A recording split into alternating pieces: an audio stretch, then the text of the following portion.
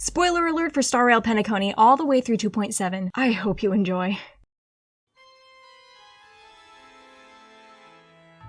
Of all the characters that have come out of Star Rail since it debuted last year, none have caused me quite as much emotional turmoil as the winged wonder boy, Sunday. It's not that I hate him, I actually think he's a really cool character at times. But there are just as many times that, for no discernible reason, I start feeling sick to my stomach. Whenever he's on screen, my emotional pendulum swings wildly between, oh my goodness, he's a literal angel, and the urge to rip that halo right off of his head. What's worse, I could not figure out why, and it was maddening. Because everyone's over here cooing and fawning over a literal puppy, and they're going, oh, look at the feather boy, and I want to look at the feather boy, but the moment I do look at the feather boy, my head just goes. But after weeks, nay, months of picking apart my own brain to understand why this humanoid microfiber cloth is living there rent-free, I think I finally get it. And it led me to some revelations. This isn't really a theory or a character analysis, even though I'm calling it one. I'm just gonna go through what I found to be the most impactful moments of Sunday's story and explain why. I want to be very clear, I will be talking about my non-objective experience, not giving an actual explanation of canon. If at any point you feel attacked or shamed for liking certain characters, please understand that is not my intention at all. I am very sure more than one of you will have a completely different read on the situation, and that's absolutely fine. You are also free to tell me all about it in the comments, just please be nice about it. This video is actually very important to me, and there are certain things I'm going to talk about here that I have never shared on the internet before. I did talk about some of it in my live streams for Star Rail 2.0 through 2.3, but there was so much more I didn't say, and I have learned since then what went unspoken really does need to be spoken. On that note, trigger warning for a discussion of mental illness and psychological and emotional abuse. I'll be approaching these topics carefully because frankly I want to stay monetized, but if you find topics like these upsetting, this may not be the best video for you. But before you click away, there is something I want you to hear. Spoiler alert for the end of the video. The main point I'll be landing on at the end is how much I appreciate you guys and want to thank you for giving me a platform and a space to explore not just my ideas, but who I am as a person. And I just want to make sure you hear it too. If you need to click off the video, now is the time. And for anyone who's staying, forget the last 5 seconds. You didn't hear any of that. End of the video, whooms. Make sure to watch to the end so you can find out what happens. And be sure to like, subscribe, do all the things. And one last thing. This video is sponsored by Tokyo Treat and Sacuraco. Every month I ask myself, how the heck are they going to top this? And every month they do. Right now I'm opening the Tokyo Treat box for January, and as we are heading into January, it only makes sense that this would be a New Year's themed box. This box is themed New Year's treatings, and the fun exclusive snacks inside are all inspired by typical Japanese New Year's celebrations. This means many of them are foods which traditionally bring good luck. They tell you all about each of them in the included booklet, as well as explaining different Japanese New Year's traditions. I really loved the corn pottage puffs. This tasted a lot like what in America we call cream corn, which now that I think about it might just be a regional thing. I've only ever had cream corn in one place. Anyway, they were amazing. I also really loved the miso seafood cutlet and these Hokkaido smoked butter chips. It is potato chips flavored like smoked butter. Emma, what does smoked butter taste like? Dude, I have no way to explain it. It's like nothing I've ever tried before. It's buttery, it smells a little bit like barbecue, but I have nothing else to compare it to except that it is wonderful. Get this and try it for yourself if you're curious. The Sacuraco box this month was called New Year's in Japan, and I just need to take a second and point out how beautiful this picture of Mount Fuji on the booklet cover is. That is stunning. These snacks are sourced from traditional Japanese snack makers, and it shows. Some of my favorite items were the red and white plum kohakuto, which is also called edible jewelry. It looks like just a gummy candy, but it is so not your typical gummy. The outside is crystallized sugar, but the inside is this almost liquid jelly-ish texture, and the flavor is so lovely. The strawberry daifuku is also incredible. I love fruit-flavored things, and these boxes do not disappoint. But I also love the savory snacks too, and for that they had a New Year's senbei, which is this rice cake coated in soy sauce and honey. It is the best. The tea this month is yuzu sencha, which is like a green tea with a bit of citrus peel in it. It gives it a bit of a brighter flavor. I don't know if that would be the correct thing to call it. I just like sounding like I know what I'm talking about. Either way, it is lovely. It may be one of my favorites so far, and as you can see here, I'm using the household item for this month, which is a Nishijin Ori coaster. Nishijin Ori is the name of the fabric it's made of. You can see the pattern is actually embroidered into the fabric. It's beautiful, it's double-sided, and I can tell this thing is quality. It is not going to be coming apart anytime soon. Tokyo Treat and Sacuraco want people to be able to experience Japan from the comfort of their own home, so if one of your New Year's resolutions is to try new things but you're not sure where to start, this right here can help you get started. There are links in the description and in the pinned comment. One of them takes you to Sacuraco, the other one takes you to Tokyo Treat. Don't forget to use promo code MMA at checkout. I get a commission from each sale and you get a little taste of Japan. Now let's get into the video.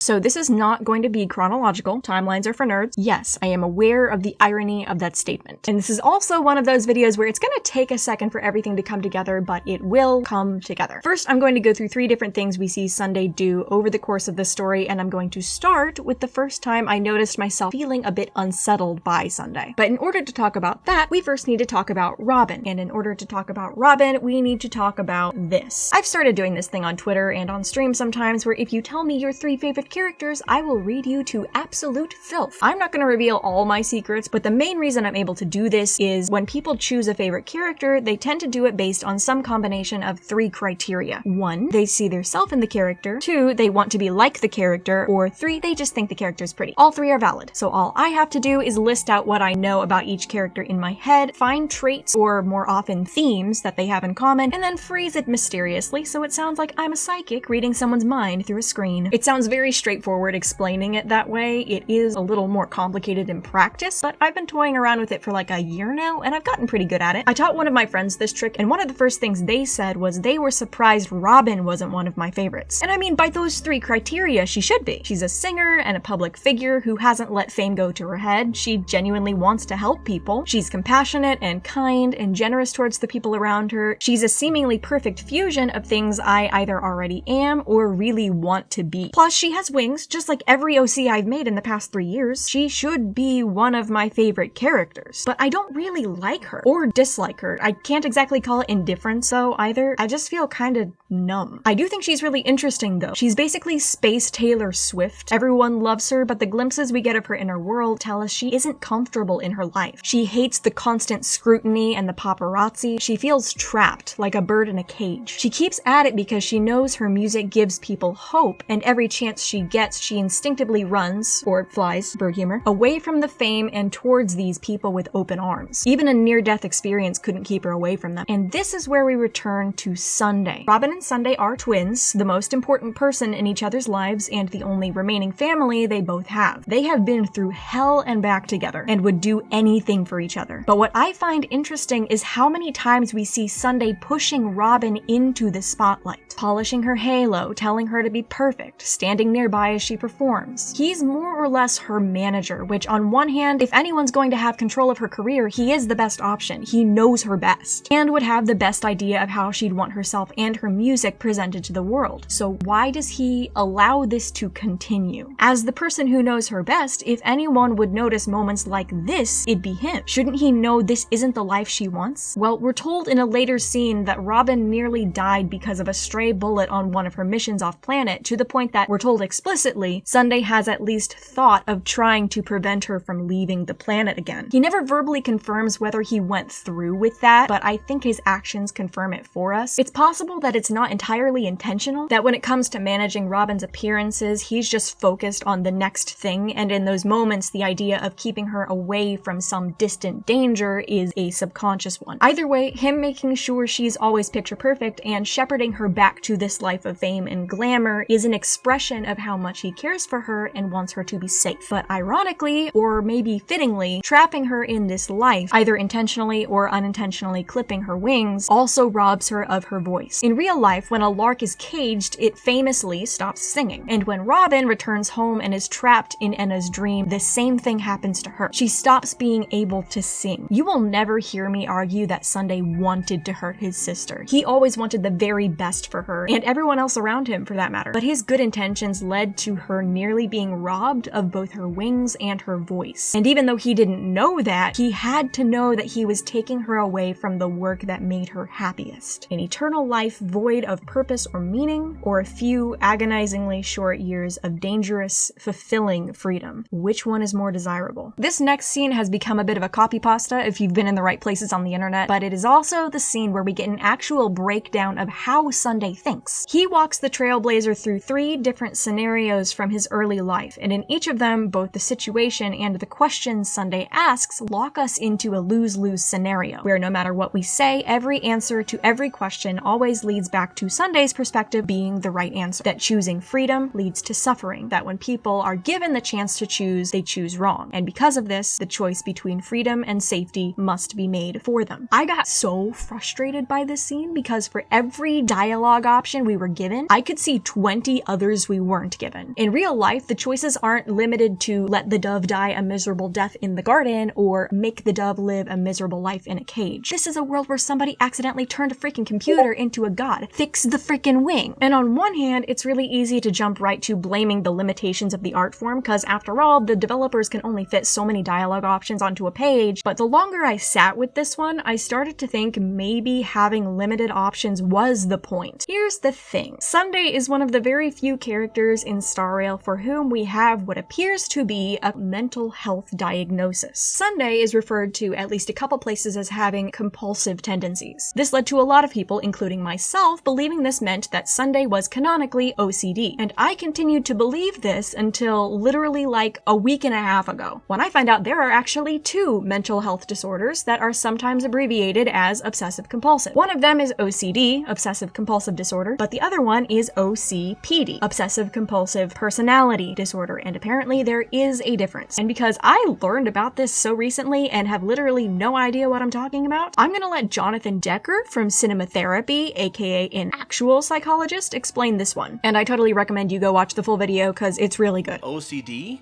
is I have compulsions and they will not leave me alone until I do the thing. Whereas OCPD, it's a personality disorder. So he's preoccupied with details, rules, lists, order. It shows perfectionism that interferes with task completion. He's excessively devoted to work and productivity to the exclusion of leisure activities and friendships. He's reluctant to delegate tasks or to work with others unless they submit to his exact way of doing things. And then he's rigid and stubborn. It's important to note though that his cruelty and his coldness and his detachment has nothing to do with the OCPD, because I know people with OCPD who care a lot, and their rigidness is focused on like, they're rigid morally. I will do right by people no matter what. So basically, when someone has OCPD, they're rigid and perfectionist in some area of their lives, and it can look different from person to person. But that means Sunday's unwillingness to consider that he has other options might not be unwillingness as much as it is inability. From our point of view as the Trailblazer, this scene feels incredibly rigged in Sunday's favor. But to him, this series of impossible choices is just his reality. These are the situations he's had to face, and these are the only options he ever saw. Partly because of mental illness, and partly because of manipulation by a mentor. In a lot of ways, Sunday can't help the person he became, but he still hurt people. Where do we draw the line between compassion and accountability? Does that question even have an answer? And now we come to the scene which I've already declared as the most disturbing scene in Star Rail at the time it was released. This was the first time in this story we got any hint that Sunday is not what he seems. Up to this point, we only ever saw him with Robin, but here he's alone and going toe-to-toe with Aventurine, who is representing Penacony's historic enemy. His gracious "welcome to Penacony, honored guests" persona is completely gone, and he turns into someone not just ruthless, but downright sadistic. He uses a harmony consecration on Aventurine, without warning, I might add, to make sure he's telling the truth while Sunday interrogates him, then uses the opportunity to ask him increasingly painful and personal questions that aren't even relevant to the issues at hand, but because of the spell, Aventurine is forced to answer, which just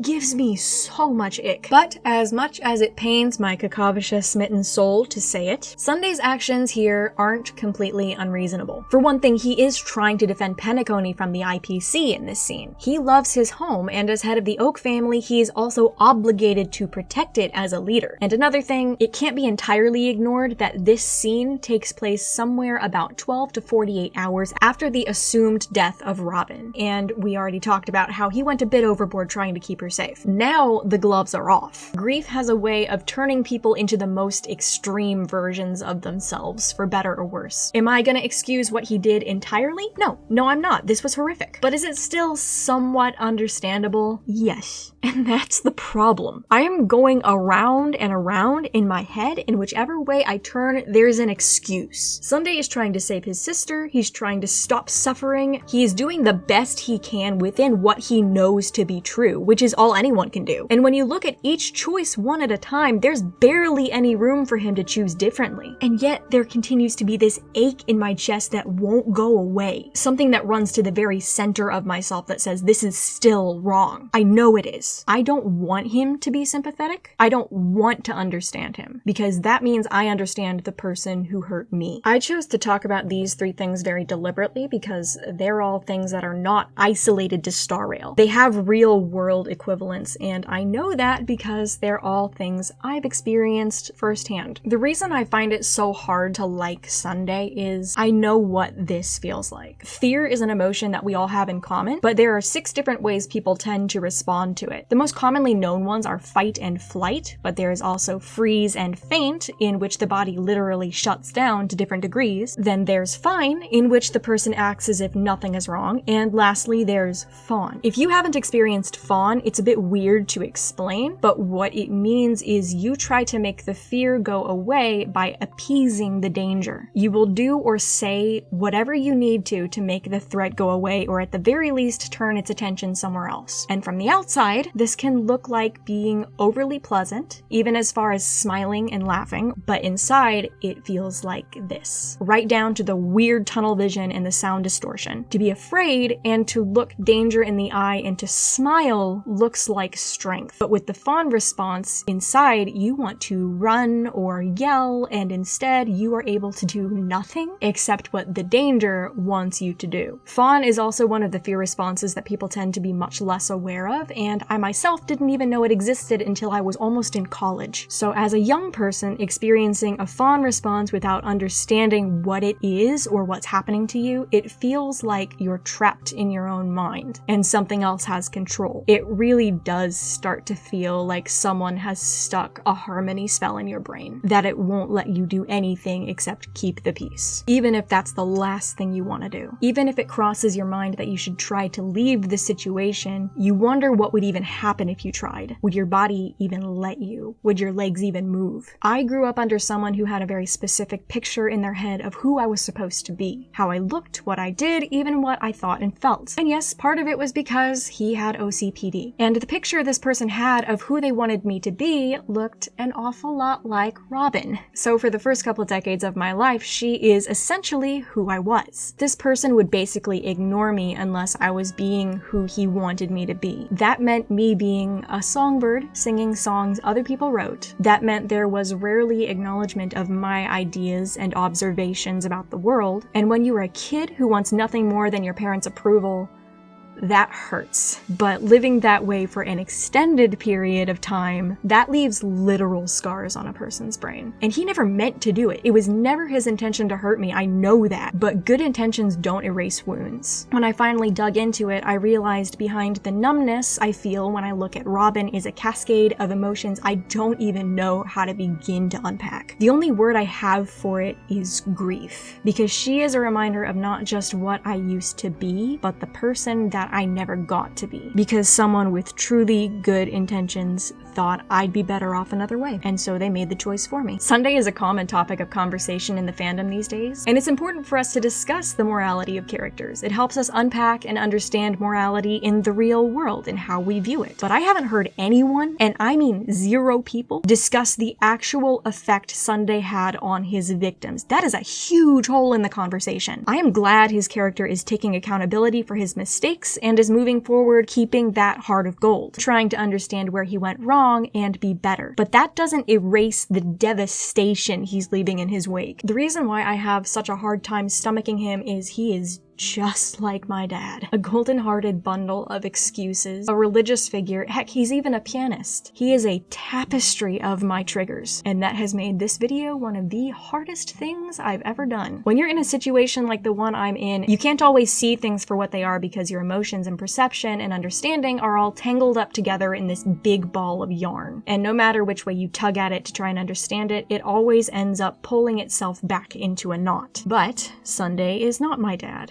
and I'm not Robin. The puzzles and mysteries around their story are similar to mine, but they are less complex, and so by understanding theirs, I start to understand my own. Sunday may have been a puppet for the Dream Master just like my dad was a victim of his father, and my grandfather and the Dream Master may have their own, even more heartbreaking stories of how they became only what they were made to be. And honestly, I have no idea where to draw the line between victim and abuser. I don't know where the cycle begins again. But, and I don't mean to be cheesy, but I know where it ends, with the very thing Sunday was trying to eliminate. Choice. I get to choose who I am now. And maybe it is Robin if I choose it. Because if I'm entirely honest, I don't hate the person I was made to be. She's compassionate and kind and resilient, and she cares for the people around her. I still want to be all those things, just not like that. Let me love music because I love music, not because it's expected of me. Let me take joy in things because they bring me joy, not because this is what those around me love. I don't necessarily want to change what I am, I just want to be free to love being what I am, and recognize the wonder inherent in existing as myself without feeling like my identity is some kind of obligation. Let me change and grow and evolve. Let me take risks and be weird and dramatic, as well as quiet and reserved. Let me fail and learn and grow and explore. Cycles are doomed to repeat on and on and on, but they can do it without me. I'm not locked into one destiny. I started content creation 3 years ago as more of an experiment than anything, just to see if I could do it if I tried. But I started learning the secrets of my family literally a month later. And so this became a way of having something of my own, something that no one could touch but me. And then it became my way of understanding myself. Despite the name of the channel, I'm not Emma May. She is a mask I invented to understand the person beneath it. I made something I could twist and shape and smooth until it felt right against what was underneath. And when I look in the mirror now, I actually understand some of what I'm seeing. True, most days I still don't know what I am, but I don't think it matters as much anymore because I'm free to choose now. And whatever this thing we call a soul is that's trapped in my chest, even if I don't understand it yet, I love it. I love being me, and I choose to keep moving forward, to learn and grow beyond what's behind me. And I guess in the end, that's what it means to trailblaze.